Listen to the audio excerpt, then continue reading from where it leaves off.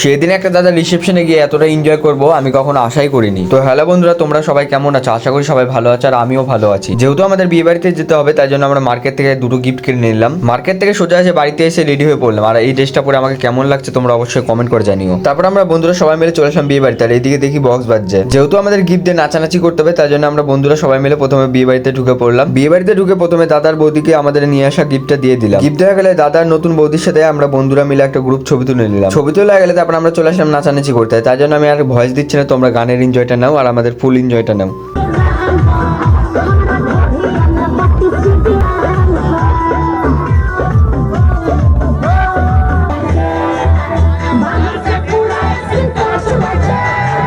কিছুক্ষণ ধরে নাচানাচি করার পরে আমি চলে এলাম দাদার সাথে আর বৌদির সাথে একটা সেলফি তোলার জন্য। আর সেলফি তোলা হয়ে গেলে তারপর আমরা সবাই মিলে বসে বললাম খেতে। আর তোমাদের একটা খুশির খবর জানা, আজকে আমার ফেসবুক পেজে 2K ফলোয়ার্স হয়ে গেল। এইভাবেই তোমরা আমাকে সাপোর্ট করতে থাকো, আমি আরো দূরের জন্য এগিয়ে যেতে পারি। আর তোমাদের সাথে দেখা হচ্ছে নেক্সট অন্য কোনো ভিডিও নিয়ে আবার।